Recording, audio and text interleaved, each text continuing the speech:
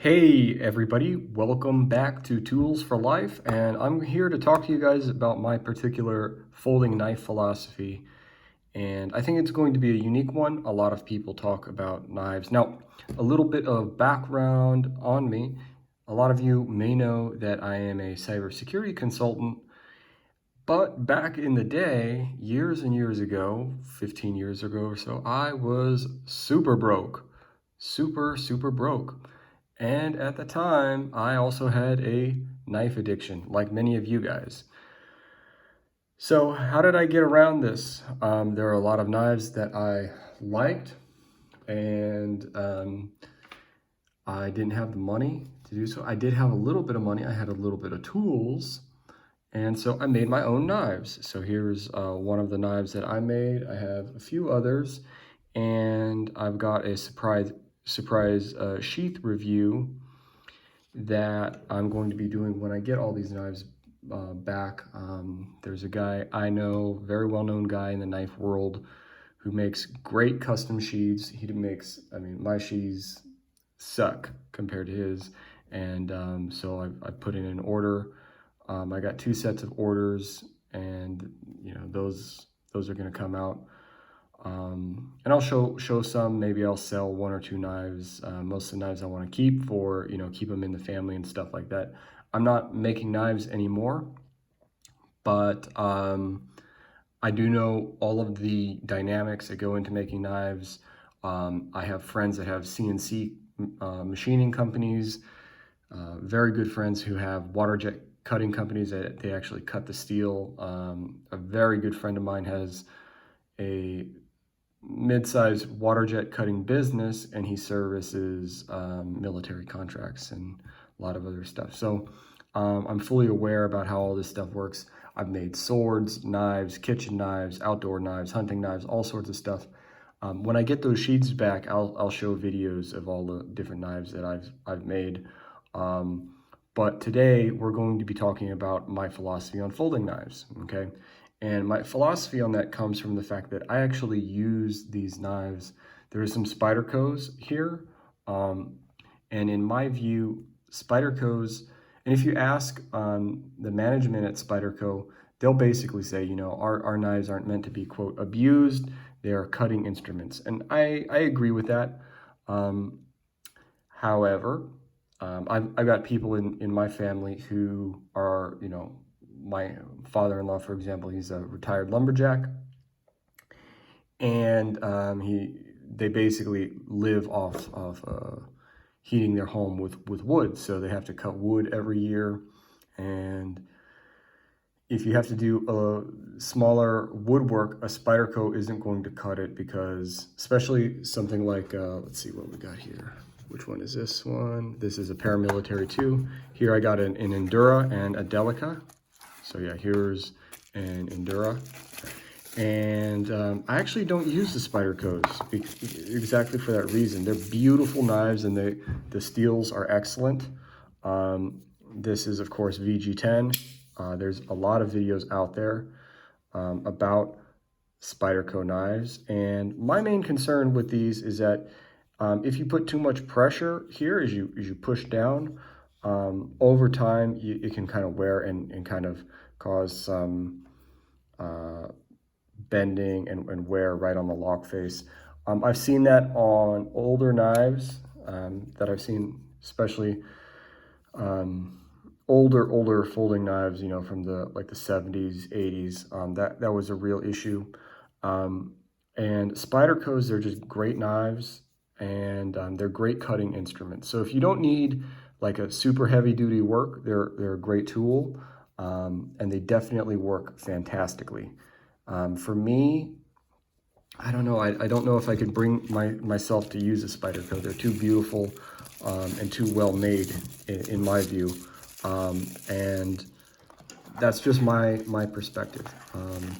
Especially like the Paramilitary 2, you know.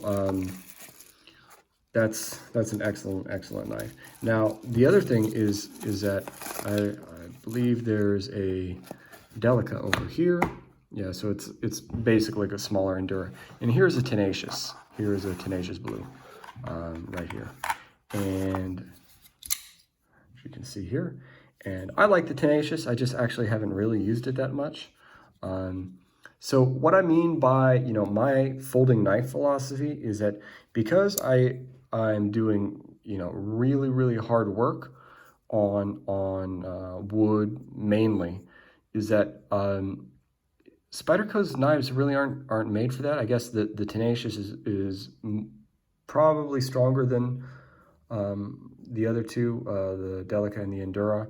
Not as strong on the lock as the Paramilitary 2, but the Paramilitary 2 is just a beautiful, beautiful knife. And I couldn't bring myself just to beat it up. And I don't mean batoning, I mean just ruining the edge by just heavy use all the time. And when it comes to knives, I do like softer steels, not like garbage steels. The heat treatment still has to be there.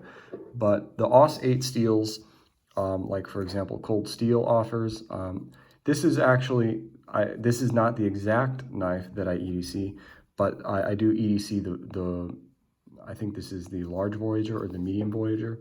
Yeah, so the large Voyager. I EDC the large Voyager. I have a couple of these. And I like all around Cold Steel's knives. The Ontario Rat folder, okay?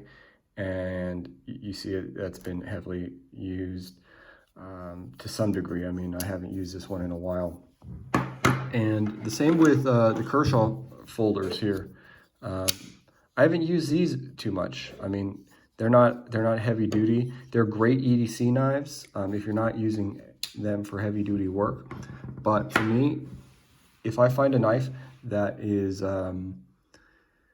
going to be useful for me, it has to hit a number of actual points. It has to be inexpensive, it has to be easy to sharpen, and I have to be able to buy a bunch of them. Because when I buy a knife, I don't just buy one, I buy 4 or 5 at a time. So you're gonna spend, depending on where you get, I mean, I haven't bought a Paramilitary 2 in a long time, but they were going for around 100 at one time, 120, and I think now they're going for around 150 if you can find one. And that was always the thing. Like the collectors love the Paramilitary 2s, even if they had like 2, 3, 4 Paramilitary 2s already, they would just pick them up, and they were just for a period of time very, very hard to get because the demand was so high. So it doesn't really make sense that you're just gonna pick 5 up and you're gonna use them all. So the reason why I do that is because when we're out doing stuff as a family and friends, I just give them a knife, like, hey, go, here's a knife to use for this task that we're doing today, or whatever. And that's the other thing. The other thing is I go hiking. I'm in the woods a lot. I do a lot of stuff around that in the middle of nowhere. And it doesn't really happen that often, but once or twice I have lost a knife. And for me, it would hurt pretty badly if I, call me cheap or whatever, but I wouldn't want to lose a $150 knife. But if it's like somewhere around $30 to $50, I'm cool with it. I wouldn't like it, but it's definitely a lot better than that. And these knives are pretty, the Cold Steel knives are pretty indestructible. Now, a lot of people don't like that they're not made in the USA. I don't think that's a problem. The same can be basically said for the Tenacious. It's a good knife. And this 8CR13 MOV, in my opinion, up until somewhat recently, Spyderco had the only 8CR13 MOV that I would personally even touch in terms of the steel and the steel quality. So if you like high quality knives and you don't need something that's going to be heavily used, you're just going to be, let's say, cutting open boxes, maybe cutting fruit, light to medium duty type stuff. You're not going to be cutting harder objects all day long. Then Spydercos are something that you can definitely look at. But for me, I'm actually selling the Paramilitary 2, my Endura, and the Delica to actually buy different knives that I actually will use. So that's the whole reason why I'm doing the video now, because somebody's probably going to be picking those 3 up in the relatively near future. So I just want to get these videos out there to get them on camera before they go out. I haven't even used them. They are excellent knives, though. They are excellent knives. I don't have anything bad to say about Spyderco. I think that everyone else has like a different knife philosophy. Some people think that, you know, the ZDP 189 Spydercos are their thing. My thing is you don't need something that wear resistant for your average use. As a collector's piece, it definitely makes sense. But sharpening it, even with diamond stones, I had real trouble. And then, you know, if you use it so much, and how are you really going to sharpen it? I guess theoretically you could do it on a machine, but believe it or not, without messing up the steel and doing it properly, it's harder than you think. It's harder than you think. And that's coming from somebody who actually made knives. And yeah, so that's that on my knife philosophy. And stick around and I'll get to more videos on knives. And if you want to see something, let me know. And take care, guys. Much love to everybody who's watching.